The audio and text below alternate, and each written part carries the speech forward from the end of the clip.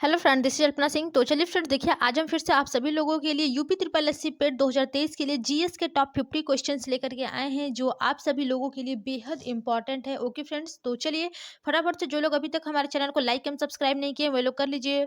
और देखिए फ्रेंड, जिनको इस क्लास की पीडीएफ चाहिए, ओके, वो लोग हमारे व्हाट्सएप के चैनल पर जुड़ सकते हैं। ठीक है, सबसे पहले देखिए 1 मिनट। ठीक है, देखिए फ्रेंड्स, सबसे पहले आप लोगों को हमारे व्हाट्सएप चैनल पे जुड़ने के लिए अपना व्हाट्सएप अपडेट करना है। ठीक है, अपडेट करने के बाद यानी कि सब 1 मिनट, ये क्या हो गया।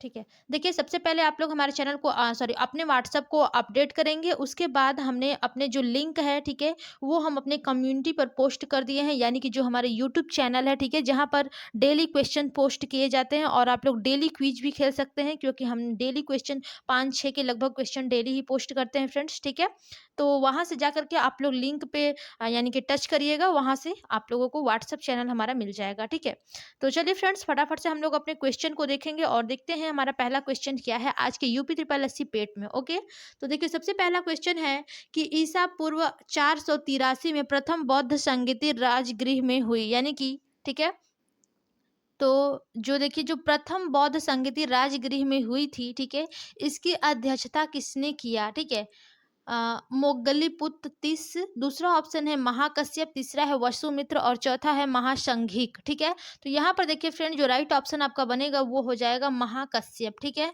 यानी कि जो जब प्रथम बौद्ध संगीति राजगृह में हुई थी तो उसकी अध्यक्षता कौन किया था, महाकश्यप ने किया था। ओके फ्रेंड्स, तो राइट ऑप्शन आपका ऑप्शन नंबर बी हो जाएगा। चलिए अगले क्वेश्चन की ओर चलते हैं और देखते हैं कि अगला क्वेश्चन क्या है। ठीक है, तो देखिए फ्रेंड्स, हमारा अगला क्वेश्चन है कि लेखकों के सिंधु घाटी सभ्यता के दृष्टिकोण पर विचार करें और चुनें कि निम्नलिखित में से कौन सा सुमेलित नहीं है। ठीक है, पहला ऑप्शन है आपका गार्डन चाइल्ड, सिंधु घाटी के लोग सुमेरियन प्रजाति के थे। और दूसरा ऑप्शन है आर डी बनर्जी, सिंधु घाटी के लोग द्रविड़ थे। ठीक है, और सी ऑप्शन है डॉक्टर गुहा कि सिंधु लोग मिश्रित प्रजाति के थे। और चौथा है जॉन मार्शल ने, ठीक है, कहा है कि सिंधु लोग मंगोलियन प्रजाति के थे। ठीक है, मंगोलियन प्रजाति के थे। तो देखिए फ्रेंड्स, यहाँ पर करेक्ट ऑप्शन आपका क्या हो जाएगा कि जो लेखक के हैं, ठीक है, इनकी सिंधु घाटी सभ्यता के दृष्टिकोण पर विचार करना है और चुनना है कि निम्नलिखित में से कौन सा सुमेलित नहीं है। ठीक है, आपसे नॉट वाले क्वेश्चन यहाँ पर देखिए फ्रेंड्स पूछे गए हैं। तो यहाँ पर देखिए जो डी है, ठीक है, जॉन मार्शल कि सिंधु लोग मंगोलियन प्रजाति के थे। ठीक है, यही आपका यानी कि सुमेलित नहीं है। ठीक है, तो चलिए अगले क्वेश्चन की ओर चलेंगे। यहाँ पर राइट ऑप्शन आपका ऑप्शन नंबर डी होगा फ्रेंड्स, बिल्कुल करेक्ट।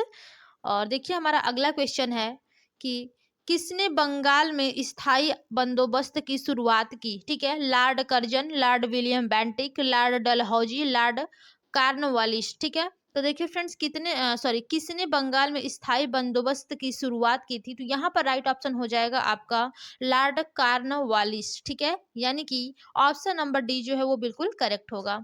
ओके, चलिए अगले क्वेश्चन को देखते हैं फ्रेंड्स। देखिए अगला क्वेश्चन है कि आगरा किसने स्थापित किया। ठीक है, यानी कि आगरा किसने स्थापित किया था, अकबर ने, अलाउद्दीन खिलजी ने, सिकंदर लोदी ने, शाहजहां ने। तो देखिए फ्रेंड, जो आगरा का यानी कि जो आगरा है, ठीक है, इसका स्थापना किसने किया था। ठीक है, तो यहाँ पर देखिए जो सिकंदर लोदी हैं, ठीक है, इन्होंने ही आगरा का स्थापना किया है। ठीक है, आगरा शहर को सिकंदर लोदी ने स्थापना किया था, यानी कि उसका, और कब किया था फ्रेंड्स, तो ये आपका 1504 ईस्वी में किया गया था। ठीक है, चलिए अगले क्वेश्चन की ओर चलते हैं।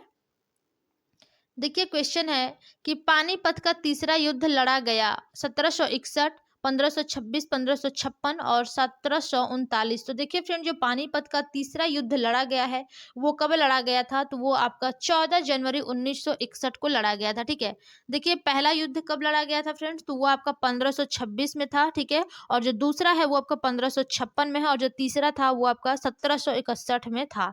ठीक है, तो राइट ऑप्शन जो बनेगा वो आपका ऑप्शन नंबर फर्स्ट हो जाएगा, बिल्कुल करेक्ट। चलिए अगला क्वेश्चन देखते हैं फ्रेंड्स। देखिए अगला क्वेश्चन है कि स्वतंत्रता आंदोलन के दौरान आमजन को, ठीक है, आमजन को राष्ट्रवाद की भावना से भर देने वाला प्रसिद्ध देशभक्ति गीत सारे जहां से अच्छा हिंदोसिता हमारा द्वारा लिखा गया है। यानी कि जो सारे जहां से अच्छा हिंदोसिता हमारा है, ठीक है, ये लिखा गया है, किसने लिखा है? मिर्जा गालिब, मोहम्मद इकबाल, रविंद्रनाथ टैगोर, सआदत हसन मंटो। ठीक है, तो देखिए फ्रेंड्स, ये आपके मोहम्मद इकबाल साहब ने ही लिखा है सारे जहां से अच्छा हिंदोसिता हमारा। ठीक है, राइट ऑप्शन क्या हो जाएगा आपका? ऑप्शन नंबर बी जो है वो बिल्कुल करेक्ट है। ओके, चलिए अगले क्वेश्चन की ओर चलेंगे और देखते हैं हमारा अगला क्वेश्चन क्या है। ठीक है, तो देखिए फ्रेंड्स, अगला क्वेश्चन है यहाँ पर कि शीत युद्ध के संबंध में निम्नलिखित में से कौन सा कथन गलत है? ठीक है, कौन सा कथन गलत है? पहला ऑप्शन है यह एक आदर्शवादी युद्ध था। दूसरा है यूएसआर और अमेरिका युद्ध में सीधे शामिल थे। सी ऑप्शन है यह सोवियत यूनियन और यूएसए के गुटों के बीच प्रतिस्पर्धा थी। और चौथा है यह विश्व में प्रेरित हथियारों की दौड़ थी। ठीक है, तो देखिए फ्रेंड्स, यहाँ पर जो राइट ऑप्शन बनेगा, यहाँ यानी कि जो आपका कथन गलत है वो आपको चुनना है। ठीक है, जो आपके कथन गलत है वही यहाँ पर सत्य होगा, क्योंकि हमसे गलत पूछा है। ठीक है, तो राइट ऑप्शन जो होगा फ्रेंड्स वो आपका बी हो जाएगा कि यूएसआर और युद्ध में,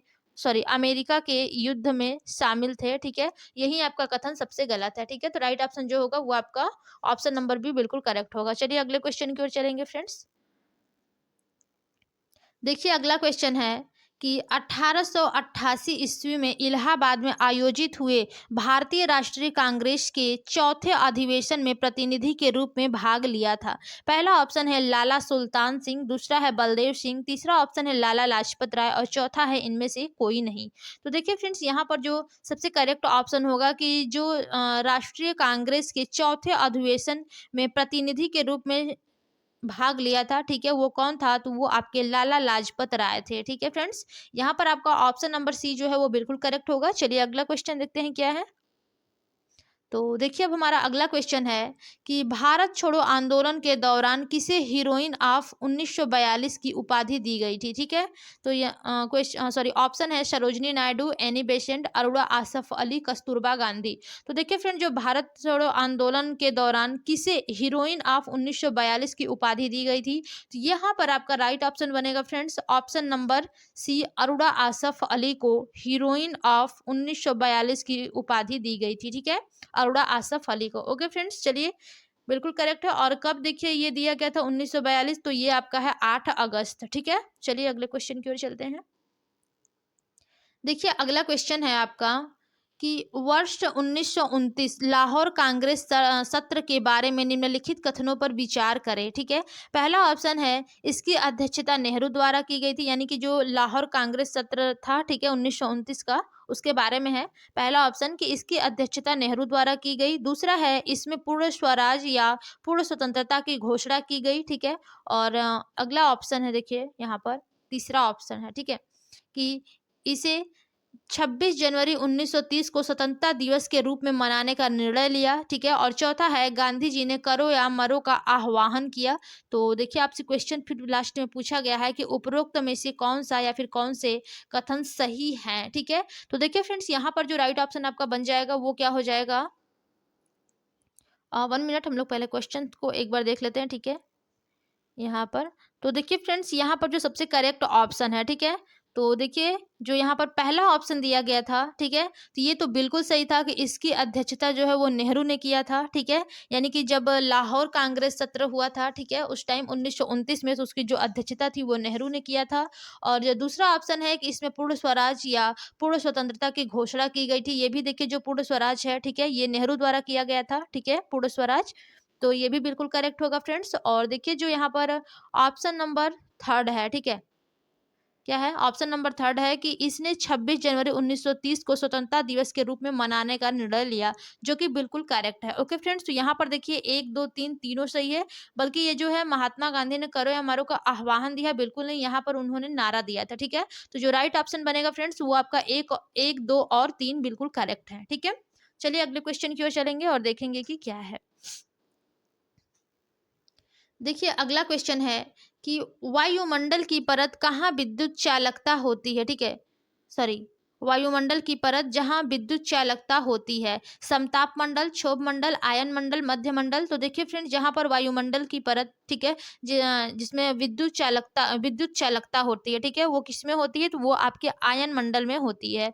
ओके फ्रेंड्स, देखिए जो वायुमंडल है, ठीक है, 5 प्रमुख परतों में विभाजित है, ठीक है। कौन-कौन से फ्रेंड्स? तो पहला आपका है क्षोभ मंडल, ठीक है, और दूसरा है आपका समताप मंडल, तीसरा है आपका मध्य मंडल और चौथा है आपका आयन मंडल और जो पांचवा है वो आपका क्या हो जाएगा? बहिर्मंडल, ठीक है। तो देखिए जो आयन मंडल है फ्रेंड्स, इसी में विद्युत अवशोषित कण पाए जाते हैं जिन्हें आयन कहते हैं। ओके, तो चलिए यहाँ पर बिल्कुल करेक्ट है आपका ऑप्शन नंबर सी। अगला क्वेश्चन देखेंगे क्या है। तो देखिए फ्रेंड्स, अब हमारा अगला क्वेश्चन है कि भारत और श्रीलंका किसके द्वारा अलग होते हैं, ठीक है। पहला ऑप्शन है मन्नार की खाड़ी, दूसरा है पाक स्ट्रेट और तीसरा ऑप्शन है मन्नार की खाड़ी और पाक स्ट्रेट दोनों और डी ऑप्शन है उपरोक्त में से कोई नहीं। तो देखिए फ्रेंड्स, यहाँ पर भारत और श्रीलंका किसके द्वारा अलग होते हैं, ठीक है। तो देखिए जो आपका राइट ऑप्शन होगा वो आपका हो जाएगा मन्नार की खाड़ी और पाक स्ट्रेट दोनों, ठीक है। इन दोनों से भारत और श्रीलंका के सॉरी श्रीलंका अलग होते हैं, ठीक है, मन्नार की खाड़ी और पाक स्ट्रेट, ठीक है।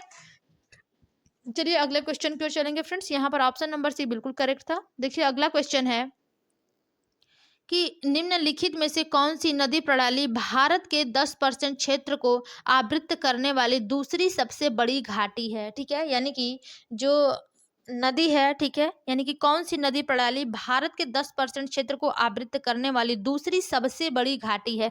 पहला ऑप्शन है गोदावरी, दूसरा है नर्मदा और यहाँ पर होगा आपका तीसरा, देखिए तीसरा क्या है गंगा और चौथा है ब्रह्मपुत्र, ठीक है फ्रेंड्स। तो यहाँ पर देखिए जो सबसे करेक्ट ऑप्शन आपका बनेगा वो हो जाएगा गोदावरी, ठीक है। राइट ऑप्शन क्या होगा? ऑप्शन नंबर ए जो है वो बिल्कुल करेक्ट होगा, गोदावरी, ठीक है। और देखिए फ्रेंड, जो गोदावरी नदी है ये दक्षिण भारत की सबसे बड़ी नदी है, ठीक है, आप लोग ध्यान दीजिएगा। और यह महाराष्ट्र के नासिक जिले में पश्चिमी घाट के त्रयंबक स्थान से निकलती है, ठीक है। और इस नदी की लंबाई कितनी है फ्रेंड्स? 1465 किलोमीटर, ठीक है। और अपवाह क्षेत्र जो है वो कितना है? 1.13 लाख वर्ग किलोमीटर है, ठीक है। और यही नदी फ्रेंड्स भारत के अपवाह क्षेत्र में 10% का योगदान करती है, ठीक है। तो चलिए यहाँ पर से आपका ए ऑप्शन जो है वो बिल्कुल करेक्ट है, यानी कि फर्स्ट। अगले क्वेश्चन की ओर चलेंगे और देखेंगे क्या है। तो देखिए अगला क्वेश्चन है कि नागार्जुन सागर बांध बना हुआ है, ठीक है, यानी कि जो नागार्जुन सागर बांध है वो किससे बना हुआ है, ठीक है, यानी कि कहाँ पर बना हुआ है। पहला ऑप्शन है गोदावरी नदी पर, दूसरा है कावेरी नदी पर, तीसरा है कृष्णा नदी पर और चौथा ऑप्शन है नर्मदा नदी पर। तो देखिए फ्रेंड, जो नागार्जुन सागर बांध यानी कि बना हुआ है, ठीक है, बांध बना है वो आपका कृष्णा नदी पर बना हुआ है, ठीक है, यानी कि राइट ऑप्शन जो होगा वो आपका ऑप्शन नंबर सी हो जाएगा, बिल्कुल करेक्ट। ओके, चलिए अगले क्वेश्चन की ओर चलते हैं। हाँ, एक चीज़ और फ्रेंड ध्यान दे दीजिए कि इसका निर्माण कब हुआ था, ठीक है? तो यानी कि इस बांध का जो निर्माण हुआ था फ्रेंड्स, वो आपका 1955 से 1900 1 मिनट नीचे लिख देते हैं, 1967, ठीक है? ये ध्यान दीजिएगा। आंध्र प्रदेश के गुंटूर और तेलंगाना के नलगोंडा जिलों के सीमा पर करवाया गया है, ठीक है? और इस बांध के द्वारा इसके आस-पास के जिलों की सिंचाई होती है फ्रेंड्स, ठीक है? ध्यान दीजिएगा। चलिए अगले क्वेश्चन की ओर चलेंगे। ठीक है, क्वेश्चन है आपका कि भारतीय राज्य सीमा में हिमालय का सर्वोच्च शिखर कौन सा है, ठीक है, यानी कि जो हिमालय का सर्वोच्च शिखर है फ्रेंड्स वो कौन सा है? माउंट एवरेस्ट है, ठीक है। दूसरा ऑप्शन है आपका कंचनजंगा, तीसरा है नंगा पर्वत और चौथा है नंदा देवी, ठीक है। तो देखिए फ्रेंड्स, यहाँ पर जो आपसे क्वेश्चन 1 मिनट क्वेश्चन देखिए पूछा है कि भारतीय राज्य सीमा में हिमालय का सर्वोच्च शिखर कौन सा है। तो यहाँ पर देखिए आपका जो ऑप्शन होगा थोड़ा सा हम लोग छोटा कर देते हैं ताकि क्वेश्चन पूरा हमारा आ जाए स्क्रीन पर। ओके, तो यहाँ पर देखिए जो राइट ऑप्शन होगा वो आपका कंचनजंगा हो जाएगा। ओके फ्रेंड्स, चलिए राइट ऑप्शन जो है वो आपका ऑप्शन नंबर बी है, ठीक है। अगला क्वेश्चन देखेंगे क्या है। देखिए अगला क्वेश्चन है कि निम्न में से कौन सा उत्पाद लागत है, ठीक है। पहला ऑप्शन है विक्रेता का कमीशन और दूसरा ऑप्शन है प्रशासनिक स्टाफ वेतन, सी ऑप्शन है बैंक लोन पर ब्याज और डी ऑप्शन है परोक्ष सामग्री, ठीक है। तो देखिए फ्रेंड, जो निम्न में से कौन सा उत्पाद लागत है, ठीक है, तो यहाँ पर करेक्ट ऑप्शन हो जाएगा परोक्ष सामग्री, ठीक है। राइट ऑप्शन जो बनेगा यहाँ पर आपका ऑप्शन नंबर डी हो जाएगा, बिल्कुल करेक्ट फ्रेंड्स। चलिए अगले क्वेश्चन की ओर चलते हैं। देखिए अगला क्वेश्चन है कि भारत में खाद्य सुरक्षा अधिनियम वर्ष लागू हुआ, ठीक है? ध्यान दीजिएगा फ्रेंड्स, मोस्ट इम्पोर्टेंट क्वेश्चन है कि जब भारत में खाद्य सुरक्षा अधिनियम वर्ष कब लागू हुआ? 2011 में, 2012 में, 2013 में, 2010 में? तो यहाँ पर राइट ऑप्शन जो होगा ये हो जाएगा आपका 2013 में, ठीक है? 2013 में देखिए भारत में खाद्य सुरक्षा अधिनियम वर्ष लागू किया गया था, ठीक है? ओके फ्रेंड्स, चलिए अगला क्वेश्चन देखते हैं क्या है। देखिए अगला क्वेश्चन है कि मुद्रास्फीति के समय कर की दरों में निम्नलिखित में से क्या होगा? ठीक है, वृद्धि होगी, कमी होगी, स्थिर बने रहना, कमी, वृद्धि। तो देखिए फ्रेंड, जब मुद्रास्फीति के समय, ठीक है, कर की दरों में निम्नलिखित में से क्या होगा? ठीक है, तो यहाँ पर देखिए जो राइट ऑप्शन बनेगा फ्रेंड्स वो आपका हो जाएगा वृद्धि, ठीक है? यानी कि मुद्रास्फीति के समय, ठीक है, कर के दरों में वृद्धि होगा। ओके, चलिए अगला क्वेश्चन देखते हैं क्या है।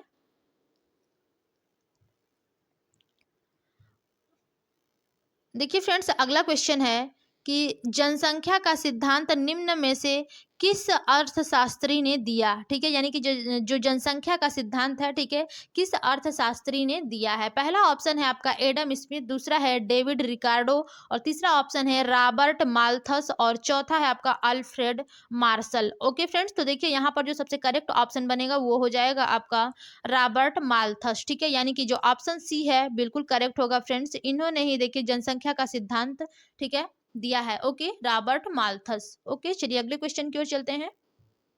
देखिए फ्रेंड्स, हमारा अगला क्वेश्चन है कि NLRMP का तात्पर्य है, ठीक है, यानी कि NLRMP का क्या तात्पर्य है? ठीक है, क्वेश्चन सॉरी ऑप्शन है new land record, modern sorry modern sorry 1 minute friends, थोड़ा सा मिस्टेक है, ठीक है, क्वेश्चन ठीक है फ्रेंड्स, सही है आपका क्वेश्चन, ठीक है, मुझे लगा था थोड़ा सा कोई गड़बड़ है बट सही है। तो देखिए फ्रेंड्स, जो NLRMP का तात्पर्य है, ठीक है, पहला ऑप्शन है आपका new land record modernization programme, ठीक है, दूसरा है आपका national land record modernization programme, C option है national land revenue modernization programme, ठीक है, और डी ऑप्शन है इनमें से कोई नहीं। तो देखिए फ्रेंड, जो NLRMP का तात्पर्य है, ठीक है, यहाँ पर सबसे राइट ऑप्शन आपका हो जाएगा कि national land records modernisation programme, ठीक है, ऑप्शन नंबर जो आपका यहाँ पर बी होगा फ्रेंड्स बिल्कुल करेक्ट होगा। और हाँ, एक चीज इसमें और आप लोग ध्यान दीजिएगा कि ये योजना कब प्रारंभ की गई थी फ्रेंड्स, तो ये आपका 2008 में प्रारंभ किया गया था ये योजना, ठीक है। चलिए अगले क्वेश्चन की ओर चलेंगे फ्रेंड्स। देखिए अगला क्वेश्चन है कि थोड़ा सा इसे हम लोग छोटा कर लेते हैं ताकि स्क्रीन पर हमारा क्वेश्चन पूरा आ जाए। ओके, देखिए अगला क्वेश्चन है कि राज्यों के पुनर्गठन के लिए बने राज्य पुनर्गठन आयोग के अध्यक्ष कौन थे? ठीक है, भीमसेन सच्चर, फजल अली, रमेश चंद्र, इनमें से कोई नहीं। तो देखिए फ्रेंड्स, आपसे क्वेश्चन पूछा गया है कि राज्यों के पुनर्गठन के लिए बने राज्य पुनर्गठन आयोग के अध्यक्ष कौन थे? ठीक है, तो यहाँ पर देखिए फ्रेंड, जो राइट ऑप्शन बनेगा वो है आपके फजल अली साहब, ठीक है, राइट ऑप्शन आपका ऑप्शन नंबर बी जो होगा वो बिल्कुल करेक्ट है फ्रेंड्स। ओके, चलिए अगले क्वेश्चन की ओर चलेंगे और देखते हैं हमारा अगला क्वेश्चन क्या है। ओके,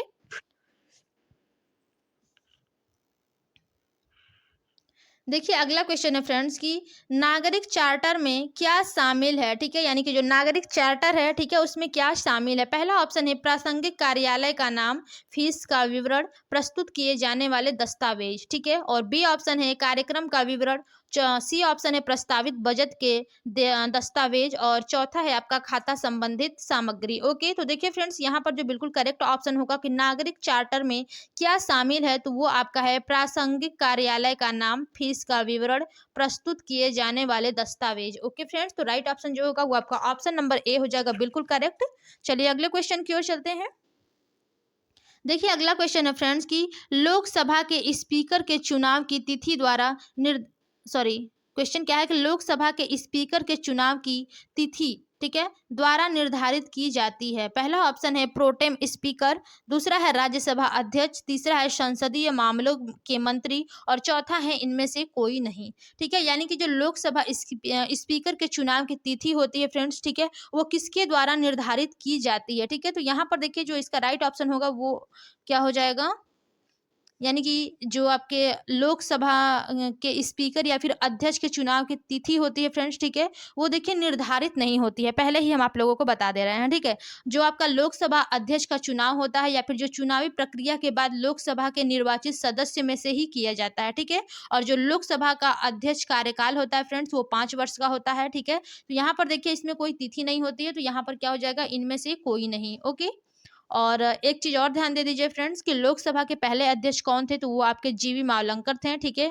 और वर्तमान में 17वें लोकसभा अध्यक्ष कौन है, तो वो आपके ओम बिरला साहब हैं, ठीक है। चलिए अगले क्वेश्चन की ओर चलते हैं। देखिए अगला क्वेश्चन है कि राज्यसभा के सदस्य चुने जाते हैं, ठीक है, राज्यसभा के सदस्य चुने जाते हैं। तो ऑप्शन है पहला आपका विधान परिषद के चयनित सदस्यों द्वारा, दूसरा है भारत के लोगों द्वारा, सी ऑप्शन है आपका लोकसभा के सदस्यों द्वारा, डी है एकल हस्तांतरणीय वोटों का प्रयोग कर राज्य और क्षेत्रीय विधायिका द्वारा अप्रत्यक्ष चयनित, ठीक है। तो देखिए फ्रेंड्स जो राज्यसभा सदस्य चुने जाते हैं, ठीक है, तो यहाँ पर राइट ऑप्शन जो बनेगा वो आपका हो जाएगा एकल हस्तांतरणीय वोटों का प्रयोग कर राज्य और क्षेत्रीय विधायिका द्वारा अप्रत्यक्ष चयनित। ओके फ्रेंड्स, यहाँ पर राइट ऑप्शन जो होगा वो आपका ऑप्शन नंबर डी हो जाएगा, बिल्कुल करेक्ट। यानी कि देखिए सबसे पहले आप लोग जान लीजिए कि भारतीय संविधान का जो अनुच्छेद 80 है फ्रेंड्स, ठीक है, इसके अंतर्गत उच्च सदन के रूप में, ठीक है, राज्यसभा का उल्लेख है, ठीक है। और ये देखिए फ्रेंड्स एक स्थायी सदन होता है, ठीक है, यानी कि इसे भंग नहीं किया जा सकता है राज्यसभा को, ठीक है। चलिए अगले क्वेश्चन की ओर चलेंगे फ्रेंड्स, देखेंगे क्या है। तो अब देखिए फ्रेंड्स हमारा अगला क्वेश्चन है कि निम्न, ठीक है, निम्न में से होगा ना, किस राज्य या फिर संघ शासित क्षेत्र में एक उभय उच्च न्यायालय है। पहला ऑप्शन है उत्तर प्रदेश और बिहार, दूसरा है दिल्ली और हरियाणा, तीसरा है पंजाब हरियाणा और चंडीगढ़, और डी ऑप्शन है आपका कर्नाटक और केरला, ठीक है। तो देखिए फ्रेंड जो राइट ऑप्शन होगा कि यानी कि जो किस राज्य या फिर संघ शासित क्षेत्र में एक उभय उच्च न्यायालय है, तो वो आपका हो जाएगा पंजाब हरियाणा और चंडीगढ़, ठीक है। राइट ऑप्शन फ्रेंड्स आपका ऑप्शन नंबर सी हो जाएगा यहाँ पर, बिल्कुल करेक्ट। चलिए अगले क्वेश्चन देखते हैं क्या है। 1 मिनट, ठीक है। देखिए अगला क्वेश्चन है कि बारिश की बूंदे, ठीक है, बारिश की बूंदे किसके कारण गोल होती हैं, ठीक है। पहला ऑप्शन है लगातार वाष्पीकरण, दूसरा है 1 मिनट फ्रेंड्स, थोड़ा सा क्वेश्चन बड़ा कर लेते हैं, ठीक है। पहला ऑप्शन क्या है, लगातार वाष्पीकरण, दूसरा है जल की श्यानता, और सी ऑप्शन है वायु घर्षण, डी ऑप्शन है आपका जल के पृष्ठ तनाव। तो देखिए फ्रेंड जो बारिश की बूंदे, ठीक है, किसके कारण गोल होती हैं, तो ये आपके जल के पृष्ठ तनाव के कारण गोल होती हैं, ठीक है। चलिए अगले क्वेश्चन की ओर चलेंगे फ्रेंड्स और देखेंगे हमारा अगला क्वेश्चन क्या है। ओके, तो देखिए फ्रेंड्स अब हमारा अगला क्वेश्चन है कि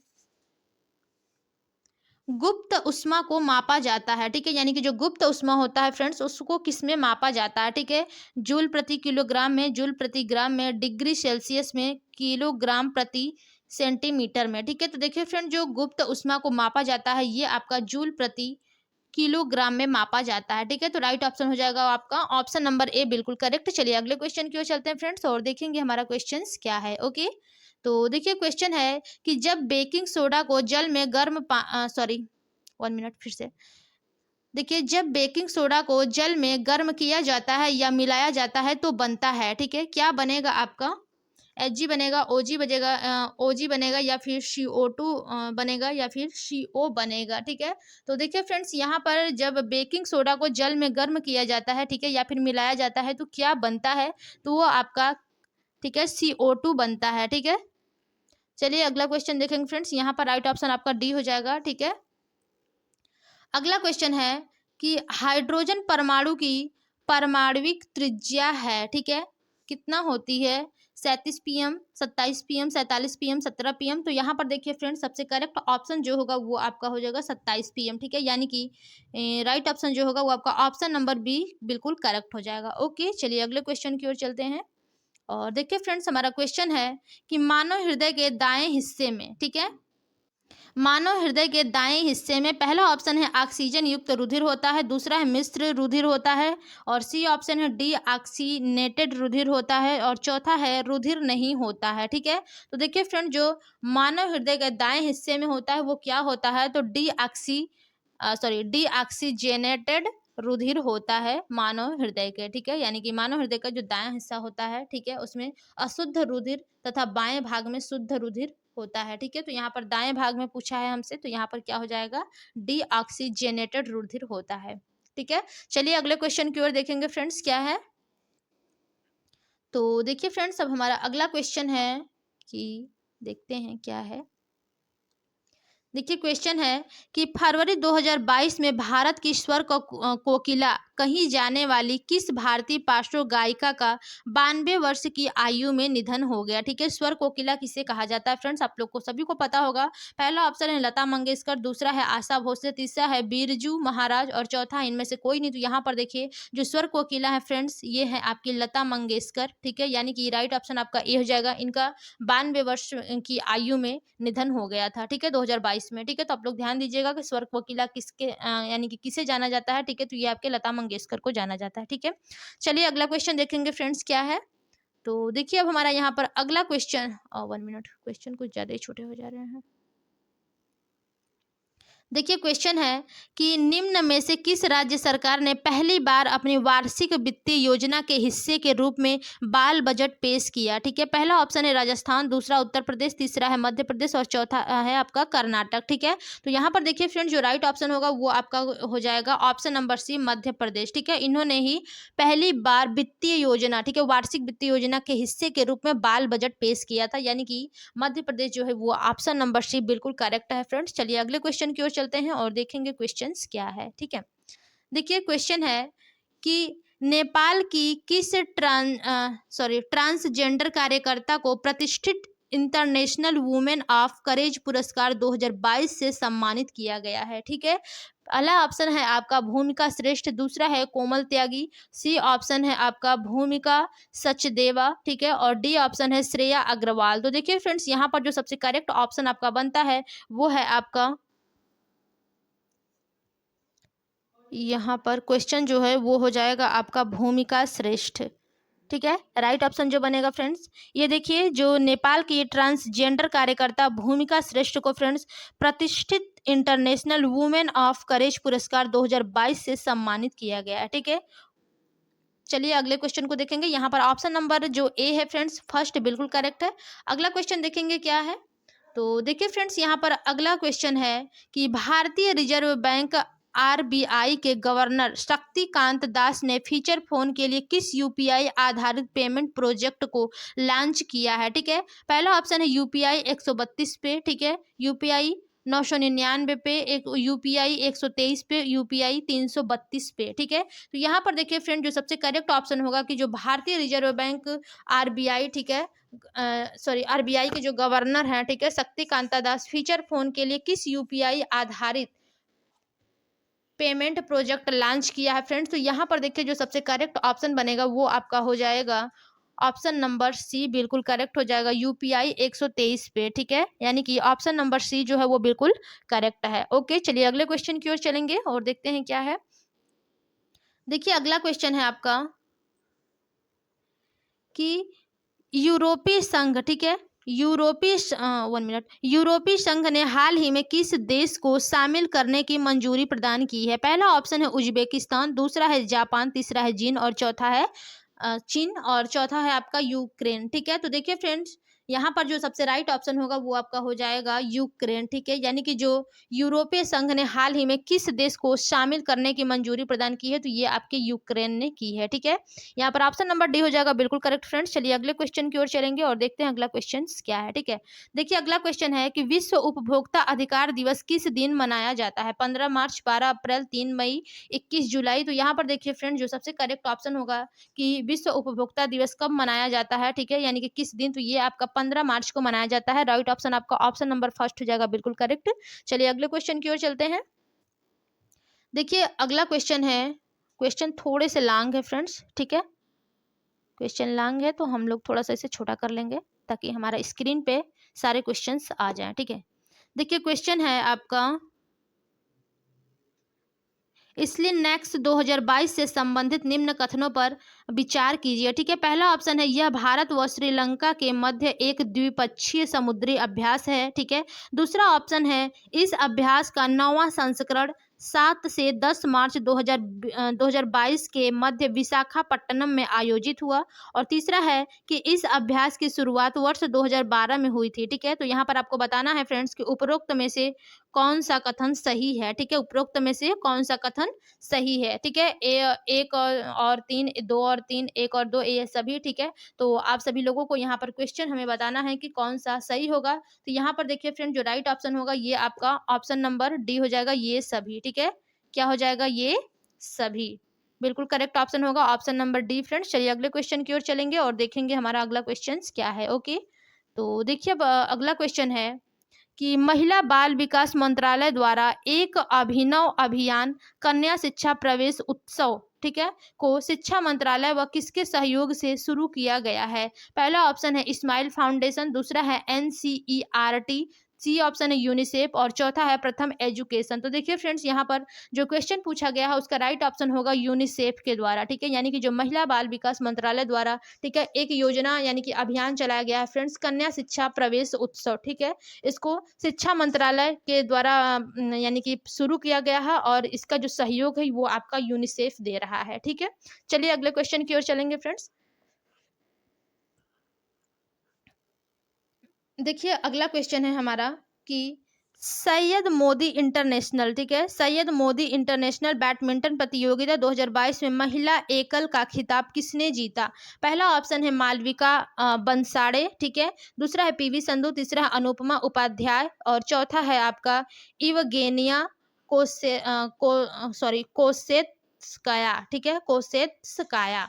ओके, राइट ऑप्शन आपका देखिए इसमें क्या हो जाएगा, किसने एकल महिला खिताब जीता है, यानी कि जो 2022 प्रतियोगिता हुई थी बैडमिंटन की फ्रेंड्स। ठीक है, तो यहाँ पर देखिए जो आपका राइट ऑप्शन होगा वो है आपका पीवी सिंधु। ठीक है, राइट ऑप्शन क्या हो जाएगा, ऑप्शन नंबर बी हो जाएगा, बिल्कुल करेक्ट। चलिए फ्रेंड्स अगले क्वेश्चन की ओर चलेंगे और देखिए हमारा अगला क्वेश्चन है कि मार्च 2022 में प्यूर्टो, ठीक है, मार्च 2022 में प्यूर्टो रिको में आयोजित 17वीं मिस वर्ल्ड प्रतियोगिता का खिताब किसने जीता था। ठीक है, पहला ऑप्शन है आपका सैनी फर्स्ट और दूसरा ऑप्शन है टोनी एन सिंह और सी ऑप्शन है कैरोलिना बिलांडस्थ्य और चौथा ऑप्शन है आपका मनसा वाराणसी। ठीक है, तो देखिए यहाँ पर जो राइट ऑप्शन फ्रेंड्स हो जाएगा ये आपका बनेगा यहाँ पर ऑप्शन नंबर सी। ठीक है, क्या है, कैरोलिना बिलांडस्थ्य। ठीक है, राइट ऑप्शन आपका हो जाएगा ऑप्शन नंबर सी। चलिए अगले क्वेश्चन की ओर चलेंगे फ्रेंड्स और देखेंगे हमारा अगला क्वेश्चन क्या है। ओके, तो देखिए फ्रेंड्स अब हमारा अगला क्वेश्चन है यहाँ पर कि देखिए ब्रिक्स का अर्थ है, ठीक है, यानी कि जो ब्रिक्स है BRICS, इसका क्या अर्थ होता है। ठीक है, तो पहला ऑप्शन है आपका ब्राजील रूस भारत चीन दक्षिण अफ्रीका। ठीक है, बी ऑप्शन है ब्राजील रूस भारत कनाडा दक्षिण अफ्रीका और तीसरा है आपका ब्राजील रूस भारत चीन स्विट्जरलैंड और डी ऑप्शन है ब्राजील रूस इटली चीन और दक्षिण अफ्रीका। तो देखिए फ्रेंड जो ब्रिक्स का अर्थ होता है वो आपका क्या होगा, तो यहाँ पर जो राइट ऑप्शन बनेगा फ्रेंड्स, ब्रिक्स का अर्थ ब्राजील रूस भारत चीन दक्षिण अफ्रीका होता है। ठीक है, तो यानी कि राइट ऑप्शन जो होगा वो आपका ऑप्शन नंबर ए हो जाएगा, बिल्कुल करेक्ट। चलिए अगला क्वेश्चन देखेंगे फ्रेंड्स क्या है। देखिए क्वेश्चन है कि ऑनलाइन लेन देन के संदर्भ में भीम का अर्थ है। ठीक है, आप लोग देखे होंगे कि बहुत लोग बोलते हैं भीम यूपीआई। ठीक है, तो यहाँ पर पूछा गया है आपसे कि भीम का अर्थ क्या होता है। पहला ऑप्शन है भारत इंटरफेस फॉर मनी, दूसरा ऑप्शन है भारत इमीडिएट मनी ट्रांसफर और सी ऑप्शन है Bharat interface for mobile money और डी ऑप्शन है भीम इंटरनेट फॉर मनी। तो देखिए फ्रेंड्स जो भीम का अर्थ होता है, ठीक है, करेक्ट अर्थ यहाँ पर भीम का क्या होता है, ऑप्शन नंबर 2 होगा कि भारत इमीडिएट मनी ट्रांसफर। ठीक है, यही आपके भीम का अर्थ होता है। ठीक है, देखिए जो ये ऐप है भीम, ठीक है, इसको प्रधानमंत्री द्वारा डिजिटल भुगतान को बढ़ावा देने हेतु लॉन्च किया गया है। ठीक है, इसे national payment corporation of India के द्वारा विकसित किया गया है। ठीक है, तो यहाँ पर राइट ऑप्शन जो होगा वो आपका ऑप्शन नंबर सॉरी फ्रेंड्स यहाँ पर बी ऑप्शन नहीं होगा। ठीक है, इंटरफेस, सॉरी फ्रेंड्स यहाँ पर ऑप्शन नंबर आपका ए होगा भारत इंटरफेस फॉर मनी। ठीक है, आप लोग करेक्ट कर लीजिएगा अपना, ऑप्शन नंबर ए जो है वो बिल्कुल करेक्ट होगा। ठीक है, चलिए अगले क्वेश्चन की ओर चलेंगे। देखिए अगला क्वेश्चन है कि निम्नलिखित में से कौन सी सूचना प्रौद्योगिकी क्षेत्र में एक मानकीकृत संस्था नहीं है। ठीक है, यानी कि जो सूचना प्रौद्योगिकी के क्षेत्र में एक मानकीकृत संस्था नहीं है, आपको बताना है। पहला ऑप्शन है आईएसओ, आईएसआई और आईईई। ठीक है, और डी ऑप्शन है एएनएसआई। ठीक है, तो यहाँ पर देखिए फ्रेंड्स, कौन सा सूचना प्रौद्योगिकी क्षेत्र में मानकीकृत संस्था नहीं है, तो वो आपका नहीं है, तो केवल है आईएसआई। ठीक है, यानी कि ऑप्शन नंबर बी हो जाएगा बिल्कुल करेक्ट, क्योंकि ये नहीं है। ठीक है, चलिए अगले क्वेश्चन की ओर चलेंगे फ्रेंड्स। और देखिए हमारा अगला क्वेश्चन है कि ए नेशन इज मेकिंग के लेखक कौन है। ठीक है, ए नेशन इज मेकिंग के लेखक कौन है? सुंदरनाथ बनर्जी, बाल गंगाधर तिलक, दादा भाई नौरोजी, फिरोज शाह मेहत। ठीक है, तो देखिए फ्रेंड्स, यहाँ पर जो सबसे करेक्ट ऑप्शन होगा कि ए नेशन इज मेकिंग के लेखक कौन है। ठीक है, तो यहाँ पर सबसे करेक्ट ऑप्शन होगा आपका सुरेंद्र नाथ बनर्जी। ठीक है, यानी कि राइट ऑप्शन जो होगा वो आपका ऑप्शन नंबर ए हो जाएगा बिल्कुल करेक्ट फ्रेंड्स। ओके, चलिए अगले क्वेश्चन की ओर चलेंगे और देखते हैं क्या है। तो देखिए फ्रेंड्स, हमारा अगला क्वेश्चन है कि नई दिल्ली में पहला एशियाड कब आयोजित किया गया था। ठीक है, वर्ष 1950, 1951, वर्ष 1952, वर्ष 1953।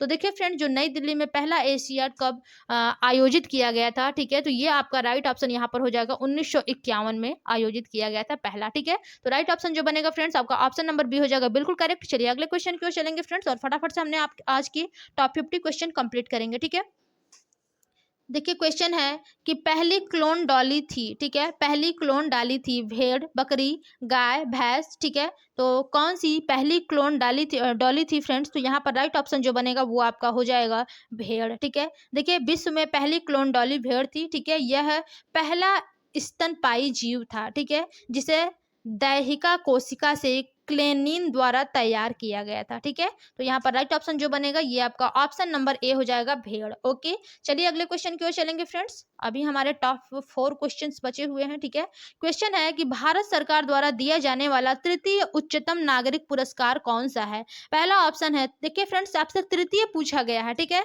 पद्मश्री, पद्म विभूषण, पद्म भूषण और भारत रत्न। ठीक है, तो देखिए यहाँ पर तृतीय श्रेणी वाला पूछा गया है। ठीक है, कि तृतीय उच्चतम नागरिक पुरस्कार कौन सा है। ठीक है, तो यहाँ पर राइट ऑप्शन जो होगा फ्रेंड्स वो आपका पद्म भूषण हो जाएगा। ठीक है, पद्म भूषण पुरस्कार देखिए भारत सरकार द्वारा दिए जाने वाला तृतीय उच्चतम नागरिक पुरस्कार है। ठीक है, जो कि कला, साहित्य तथा विज्ञान या फिर बड़े स्तर पर जनसेवा में उत्कृष्ट कार्य करने के लिए देश का सर्वोच्च नागरिक पुरस्कार भारत रत्न होता है। ठीक है, देखिए जो सर्वोच्च नागरिक पुरस्कार है वो आपका भारत रत्न होता है, और जो तृतीय है फ्रेंड्स वो आपका पद्म भूषण पुरस्कार है। ठीक है, चलिए राइट ऑप्शन आपका ऑप्शन नंबर सी हो जाएगा बिल्कुल करेक्ट फ्रेंड्स। अगले क्वेश्चन की ओर चलेंगे और देखते हैं अगला क्वेश्चन क्या है। ठीक है, देखिए अगला क्वेश्चन है कि यार्क विश्वविद्यालय में किस वर्ष सामाजिक कार्य शुरू हुआ। ठीक है, 1966, 1970, 1960, 1955। तो देखिए फ्रेंड, जो यार्क विश्वविद्यालय है, ठीक है, इसमें किस वर्ष सामाजिक कार्य शुरू हुआ? तो यहाँ पर देखिए जो राइट ऑप्शन बनेगा वर्ष 1966 में, यानी कि ऑप्शन नंबर ए जो है वो बिल्कुल करेक्ट है। ओके फ्रेंड्स, चलिए अगले क्वेश्चन की ओर चलेंगे और देखिए हमारा अगला क्वेश्चन है कि देश में प्रत्येक वर्ष राष्ट्रीय प्रौद्योगिकी दिवस मनाया जाता है। ठीक है, यानी कि राष्ट्रीय प्रौद्योगिकी दिवस कब मनाया जाता है? 11 मई, 15 अक्टूबर, 15 सितंबर, 22 सितंबर। तो देखिए फ्रेंड्स, जो राष्ट्रीय प्रौद्योगिकी दिवस मनाया जाता है वो कब मनाया जाता है फ्रेंड्स? तो वो आपका 11 मई को मनाया जाता है, राष्ट्रीय प्रौद्योगिकी दिवस। ओके, राइट ऑप्शन आपका फर्स्ट हो जाएगा यहाँ पर। चलिए आज के हम लोग अपने लास्ट क्वेश्चन देखेंगे फ्रेंड्स क्या है। ठीक है, तो देखिए लास्ट क्वेश्चन है आज का हमारा कि मंजीरा लोक नृत्य में निम्नलिखित में से कौन सा उपकरण बजाया जाता है? यानी कि जो मंजीरा लोक नृत्य है, ठीक है फ्रेंड्स, इसमें कौन सा उपकरण बजाया जाता है? नगाड़ा, मंजीरा, डफली या फिर ये सभी। ठीक है, तो यहाँ पर आपका राइट ऑप्शन हो जाएगा फ्रेंड्स ऑप्शन नंबर डी, ये सभी। ठीक है, तो चलिए फ्रेंड्स, आज के लिए हमने देखिए टॉप 50 क्वेश्चंस अपने जीएस के कंप्लीट किए हैं। ठीक है, तो जो लोग अभी तक हमारे चैनल को लाइक एंड सब्सक्राइब नहीं किए हैं फ्रेंड्स, कर लीजिए। हमारा चैनल है @learn with Alpana. Okay friends, तो आज की क्लास में यूपी ट्रिपल एससी पेट के, ठीक है, जो यूपी ट्रिपल एससी पेट 2023 के लिए हमारा एक सेशन चल रहा है प्रैक्टिस सेट सॉल्व कराने का, डेली 50 क्वेश्चन का फ्रेंड्स। ठीक है, तो आप लोग कंटिन्यू हमारे चैनल पर बने रहिए और लाइक एंड सब्सक्राइब करते रहिए, सभी अपने दोस्तों को शेयर करते रहिए फ्रेंड्स। चलिए आज के लिए इतना काफी है। ठीक है, मिलते हैं अपने अगली क्लास में, तब तक के लिए धन्यवाद।